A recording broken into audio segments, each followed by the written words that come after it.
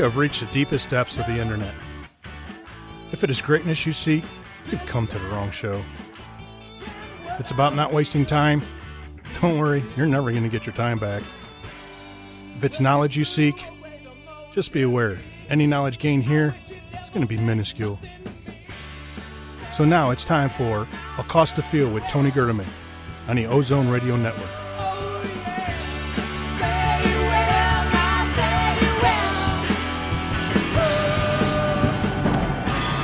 Hello, everybody. Welcome to the Accost the Field post-game simulcast on Facebook Live. I am Tony Gerdeman here with Tom Orr. We just got done watching a 49-6 apologetic beatdown of Tulane, 42 points in the first half, and a begrudging 7 points in the second half with Tate Martell taking it in at the end. I expected more points, but I understand why there weren't more points.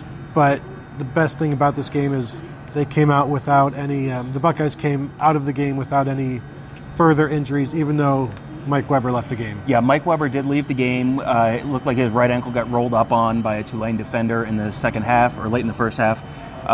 We saw him walking off the field at the end of the game. He looked like he was walking okay. Urban said basically like a foot strain, and yeah, he expected him to play next week. So the Buckeyes may have dodged a bullet there. Yeah, and I think it was something he could have played through if they needed him. As he's walking off the field, he gets to the Ohio State sideline, and he's already like walking okay. And it was something that he obviously, I think he could have gone through, could have continued through, but why? Yeah, right. Why risk it? Why bother? We got to put it to Tulane. We're going to show him who's boss with Mike Weber running out on a strained foot and then breaking the foot, and then you really showed him. You're proving a point there. I'm not sure what the point is, but you would definitely be proving some kind of a point there. Showed you. I mean, if they had wanted to prove a point, how many points could they have scored today? 80? Yeah, easily. And similar to the Oregon State game, I think they could put up 3 digits if they want to, but it would have to be through the air because they're not running the ball very well. That was one of the things that Urban Meyer said. He didn't need to say it because it was obvious. What do we have here? 38 carries for 151 yards. And granted, they threw the ball for 300 yards in the first half. So it's not like they were trying to establish something. They wanted Dwayne to get his yards and his throws in the first half. But even still, JK, a long carry of 10 yards, average 5 yards a carry, which it's average for him. It's below average for him, actually. He still hasn't hit the big ones yet. I think Master Teague's first carry went for 12, and he had the long carry of the day at that point until DeMario had a 15-yarder. Just for as good as the offensive line grades out every week, it's still a similar story where the running game has struggled to establish itself as this dominating, will-inducing, punishing force, and we haven't seen that yet. We haven't, and I mean, Urban Meyer in the postgame talked about the fact that they kept, the running backs kept running into the safeties, which Tulane had basically sold out to dedicate those safeties to the run, which then leads to those one-on-one matchups outside, which then leads to touchdowns and touchdowns and touchdowns through the air. So, you do have to kind of pick your poison with Ohio State a little bit. Still, Tulane is the kind of team where you would expect Ohio State to just be able to man up and just blow them off the ball to the point where you end up getting, you end up gashing a couple 20, 30, 40-yard runs. And you really didn't see that. I mean, I'm looking right now. It looks like Tate Martell had the long run in the game, and that was that 19-yard run right at the end. I mean, it's a little concerning. You have to assume that they're going to have to run the ball better than that to win in Happy Valley next weekend. Well, there also wasn't as much tempo in this one, and there will be more tempo, you would think, in Penn State. Also, the purpose of that tempo is to wear teams down in the second half. But in these blowouts, it's a whole new offense in the second half because it's Tate and it's not Dwayne Haskins anymore, and it's not JK and it's not Mike Weber. So there's some stalling that way. But still, they should be able to run on Tulane however they want to do it. It's just they didn't really care to do it because they can throw on them at any point. And we've talked in the past about Ryan Day is going to be happy with being forced to throw. If a defense wants to give them, coverage, single coverage outside, he'll complete 21 of 24 or whatever and take that all day. And then, when you see Ohio State putting up nearly 600 yards of offense, you have to look at, where didn't they do awesome? Mm-hmm. You have to nitpick in order to find something to criticize, because everybody loves to criticize, especially us. But the running game, it's just, is it going to be good enough for Penn State? Yeah, that's certainly the question. And, the offensive line today looked fine. They didn't give up a ton of pressure in the passing game. Some, but not a ton. But they weren't, blowing Tulane off the ball, which is what you would sort of expect to see. Because this is, you are going against players who are not, not like low-level power conference players. Those are mid-level to low-level. Although they do consider themselves a Power 6 team. Power 6, yes, they do. They do, which the AAC is, yes. Technically, if you had to make a Power 6, yes. So they do come out with this. They're from the AAC, the American Athletic Conference. They come out with a Power 6 flag. I'm wondering, does the conference supply everybody, all of the teams, with those flags? I would think that, yes. It's like the MAC Jolly Roger Pirate flags this year, that the conference gives them the Power 6 flag. I was shooting video as Tulane was walking down the tunnel before the game, and the flag was kind of a little bit bunched up because it wasn't, fully unfurled. And I looked at it and I thought, does that say P6? Like, really? Is that what that says? And yes. Yep. Yes, it was. So, yes. Hashtag P6. Yes. So that was that. They did not look like a particularly power conference team today. No. Talking about the Ohio State offense, because that's a great segue. Paris Campbell. Each week it's been a different receiver. First game is Terry McLaurin. Then it was Johnny Dixon. Last week it was KJ Hill. This week it was Paris Campbell with 8 catches, 147 yards. 147 yards, all by halftime. 2 touchdowns, and finally hit the deep pass. It's something that we've been expecting from him. But there's when you've got 6 starting wide receivers, they always talk about patience. Paris Campbell talked about it last week when he had 2 catches. One of them went for 63 yards. It's like, you just have to be patient as a wide receiver in this offense. And then apparently, eventually your time comes with an outstanding game. So next week, Austin Mack. Then the week after that, Benjamin Victor. Yeah. And then it just starts over again. I think you got to get C.J. Saunders in there at some point, right? Mm-hmm. It should have been today. Except they didn't throw as much in the second half. But just an incredible depth. But when you've got a playmaker like Paris Campbell, and I've said this for 2 years now, he can't touch the ball enough. No, because he's the kind of player where Urban talked about in the post game. That people were asking him about Dwayne Haskins and how amazing Dwayne Haskins was today, and he was kind of quick to say, hey, there's an offensive line there blocking, there's wide receivers out there catching the ball, and a lot of times on like the Paris Campbell completions, he's making a real easy throw, and Paris Campbell's doing all the work after that. So, that is. Yes, Dwayne Haskins has been absolutely amazing, and if you look at the front page of the Ozone right now, I've already written about that. How timely. How timely. But, how predictable. Yes.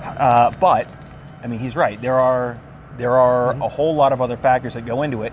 And he mentioned the offensive line and the wide receivers. You have to mention those running backs, because just the threat of J.K. Dobbins or Mike Weber brings those safeties up, opens up the stuff deep, and then it is an easier throw downfield. The threat that you mentioned on Benjamin Victor's touchdown, if you watch that again, 3 defenders went after Paris Campbell, thinking it was a screen, and Victor just walked on by untouched.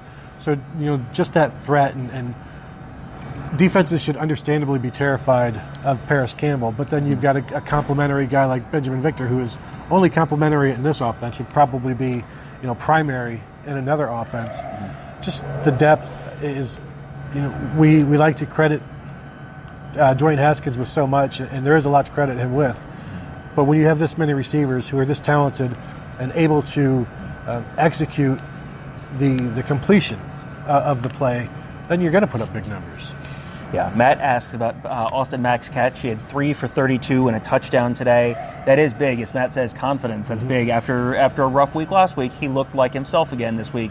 He's someone that they are going to need to rely on maybe next week to kind of keep those chains moving in Happy Valley. Well, yeah, and it's going to be a physical game. He's a physical receiver. He's a strong guy. You're going to need those guys who have been in physical fights before. And remember Haskins at Michigan last year, caught the big one over Tyreek Cannell from Dwayne Haskins. So he's accustomed to that. He's a physical guy. I think he welcomes it maybe more than Ben Victor, who is a different kind of X receiver.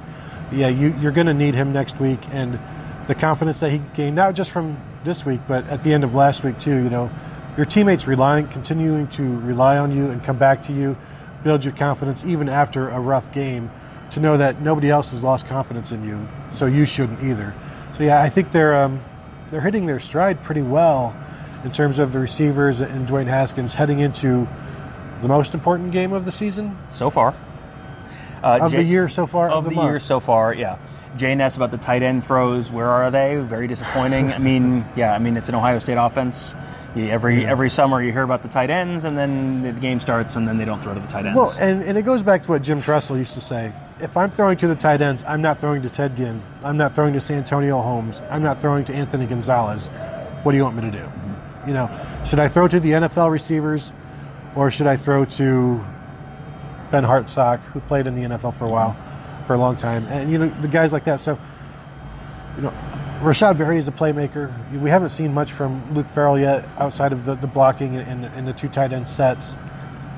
But we're seeing like a throw to Rashad Berry is a throw that doesn't go to Terry McLaurin or Paris Campbell. And Terry McLaurin, did he even have a catch today? He's not on the sheet. He was not one of the 4 leading receivers. I think he might have had one, like for 5 yards or something like that. So it's a deep group. So when you have that many receivers, it's hard to get the tight ends involved. But with Kevin Wilson as one of the offensive coordinators, who is also the tight ends coach, they're playing a lot more, because they are playing a bunch of two tight end sets.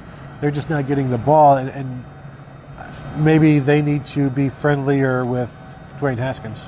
I mean, Rashad Berry was pretty friendly with Urban Meyer before the game. He had his arm around him in the tunnel before the game. But the problem with that, making friends with the wrong person. Exactly. Urban Meyer has backed away from the offense. Yeah. He needs to go get all huggy with Ryan Day and his position coach. Yeah. In fairness, I wasn't watching the tight ends particularly closely in the way that sometimes I watch the offensive line to see how they're doing. But I don't remember seeing Rashad Berry, running wide open a lot and Haskins missing him. That he may have just been covered more, and other guys were better options on certain plays. And it is easier to cover tight ends. Yeah. Matt says the offense looked basic today, same plays. Would imagine we see tight ends next week. I mean, yeah, I didn't get the impression they busted out anything real exciting and new today. It looked like a pretty base offense, and we've seen it before. Yeah, it was nothing real exciting and new today, which you would expect, because you got the feeling they could have run 3 plays all day and probably done about what they did. Yeah, you could run a pass play with a mesh, and they're never going to stick with Paris or KJ Hill or CJ. And I thought it was good. We got to see Demario McCall today. See him a little bit at running back. Saw him in the slot a little. Mike Weber goes down. I think they moved Demario up a little bit. Just good to see him get involved again. We haven't he was in the return game as well. I think he's a guy who is one of the more explosive players on the team. He just needs to get back up to game speed, get comfortable again. I don't know how much he'll play next week, but he's a guy that we thought they would count on at least some this season. So he's moving towards that. And you saw a little bit of why they think they might be able to count on him this season, where, get him the ball in the flat, and there's a guy right in front of him, and he just shimmies and shakes and makes the guy fall down and picks up another 5 yards. I mean, that's what when you hear people talk about how they want to see more of Demario McCall, that's why they want to see more of Demario McCall. I do wonder. I don't think we saw Brian Snead tonight. Possibly his fallout from. He had a disciplinary issue that he didn't make the trip last week. I wonder if that might have been he sat this one out as well. A lot of new freshmen. We saw a lot of players we hadn't seen before, and I don't think we saw Brian Snead. So Demario McCall getting snaps at running back might have been a result of that as well. Yeah, and we saw. Did you see Blue Smith out there? He was out there at the end. Jalen Gill was out there for his first play of the year. Got a catch. Even saw redshirt freshman Elijah Gardner out there, I believe. Yep. And we saw Jalen Harris, and so walk-on Garen Prater had a reception today. Yep. So there's a like we said before the game, you're going to see some new faces, and it was good to see Jalen Gill out there, who is the future at H-back, and get excited about him. I wonder how much more he'll play this year, though. We talked about upstairs before the game. You've only got about 4 more games where you could get somebody like Matthew Baldwin in the game and not have to worry about burning a red shirt. Do you expect any more of him soon, Jalen Gill? I mean, I would not expect to see Jalen Gill next week. I would not expect to see Jalen Gill. What do they have coming up? They have Indiana coming up. You might get him against Indiana. We have a Purdue trip coming up. What else? I feel like we should know this. Minnesota's coming up. I mean, you might see him against Minnesota. You might see him against Purdue, maybe. There's not a lot of opportunity. Yeah. But he's also not a guy that I don't think they really want to redshirt him because they feel like he won't be here 4 years. Right. But, it was, Blue Smith got in, was, out there for a little bit. Just the fact that we didn't see Brian Snead is a pretty good indicator that, was it a 2-game suspension? Yeah, maybe. Without mentioning it as a 2-game suspension. But so that was the offense as a whole. I thought, like we said, the running game needs work. But next week they'll work on it for all 4 quarters. And I think we'll see a better response. And it's also, you have to gear up so much more, prepare so much more, and you are more prepared. And I think you just come out differently. Even if it's a tougher opponent, you're more prepared and you're more ready to run the ball and just impose your will. Yeah, you're going to have a much better sense for really how good this team is next week. Because, they can just out-talent Tulane and roll out of bed and hang 42 points in the first half. And, they look good, and that's a function of a very good quarterback. But you can just, they could have beaten Tulane by a pretty good chunk any of the last 5 years, and it wouldn't have meant a whole lot. Right. We're going to find out a whole lot more next week in terms of how this team responds when they have to play 4 full quarters in a hostile environment, in terms of what the offense really looks like when it's really the pressure's on.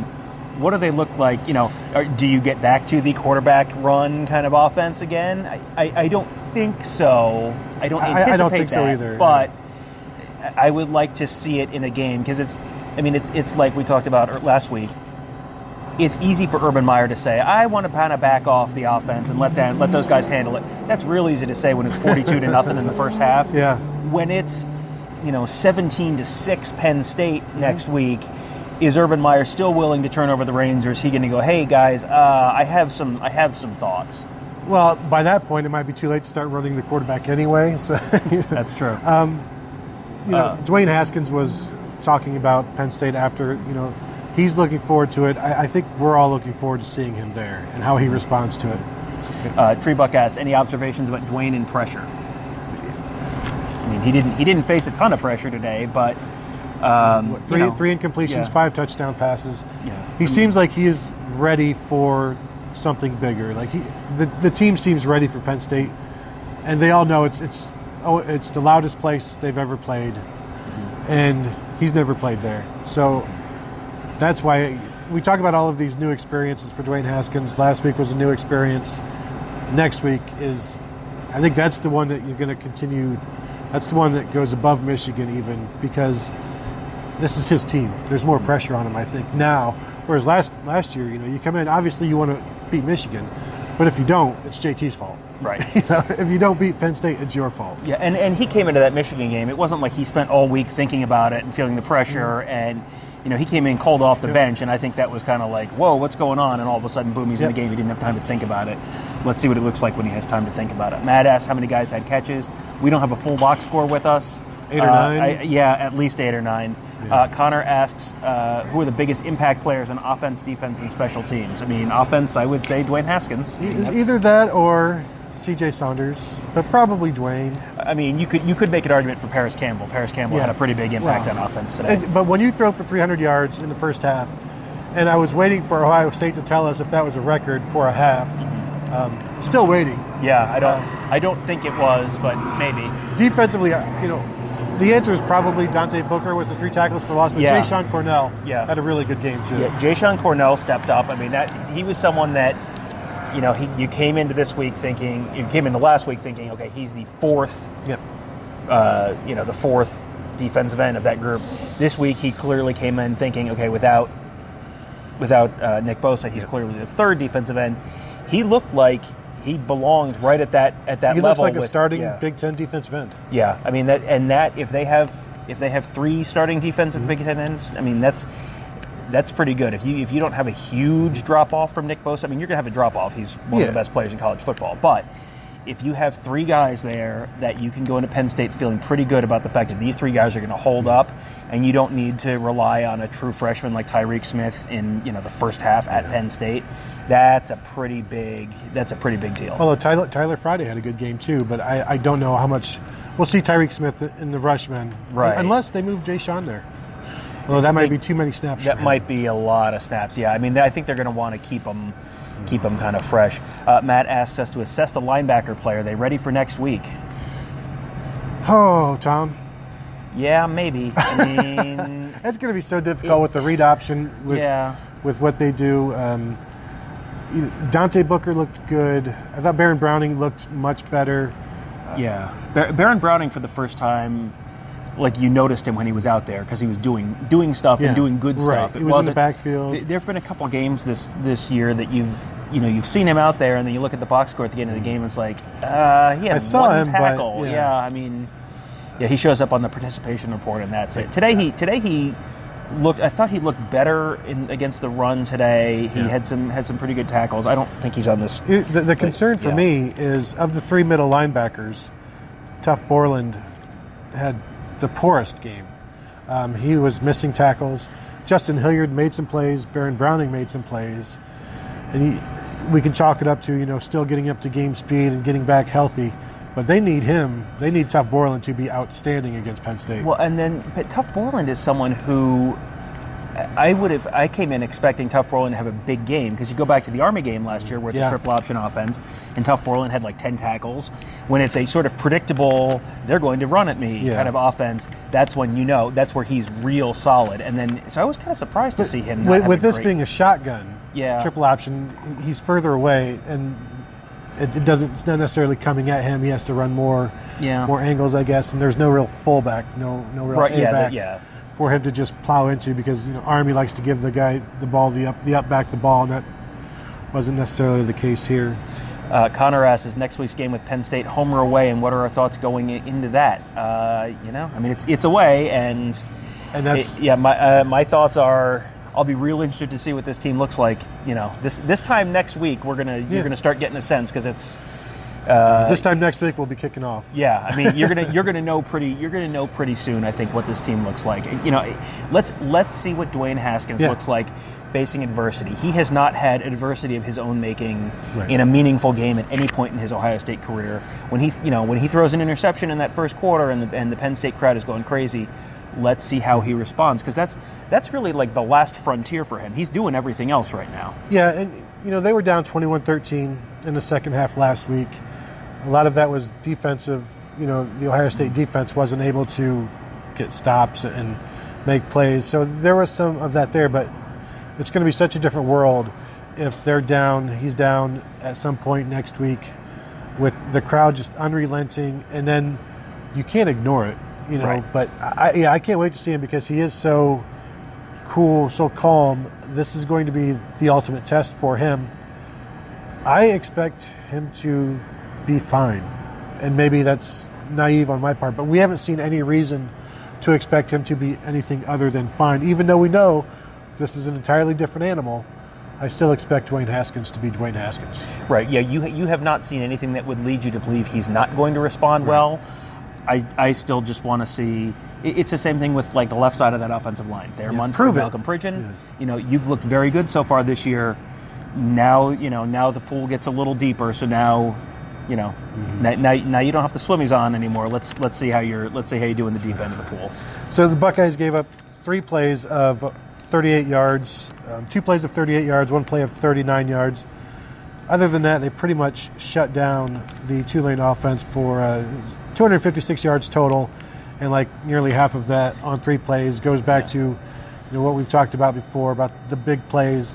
But this being a triple option offense, you're going to have 2 or 3 big plays, and there's 2 big pass plays, 38, 39 yards, and a 38-yard rush. I don't think that's terrible in an option offense in a game, like the Oregon State game. It was 42-7 before Oregon State really starts making some noise. This is always 42-6 for a long time. And Yeah, I mean, you're going to lose focus at some point in a game like that. It just, I mean, guys tried very hard in the post-game interviews to not say, "Yep, we've been thinking about Penn State for 2 weeks now." But I think that I think Dwayne Haskins said that he started thinking about Penn State at halftime. So you're going to look a little discombobulated if you're sort of not completely focused on the task at hand. When did you start thinking about Penn State? Probably right about the time we got in the car to leave AT&T Stadium last week. Right? I mean, this was kind of a very pro forma, like, yep, this is going to be a great chance to watch some of the freshmen play, and we'll see what they have out of that. But come home, kiss the wife. Yeah, back on the road. It was. This was. Ohio State did exactly what they were supposed to do, and there's nothing that you could not. You could not prove anything good today. You could only prove bad things, and I don't think they proved anything bad. Matt asked about the punt team. Ohio State has not punted much this season. I mean, what we've seen out of Drew Chrisman has been good. I mean, he killed another punt down inside the He could 5. pass for Australian, honestly. Could, almost, He's very, very good for what they need, and if they needed more of him, he would be even better. But, why would you want more?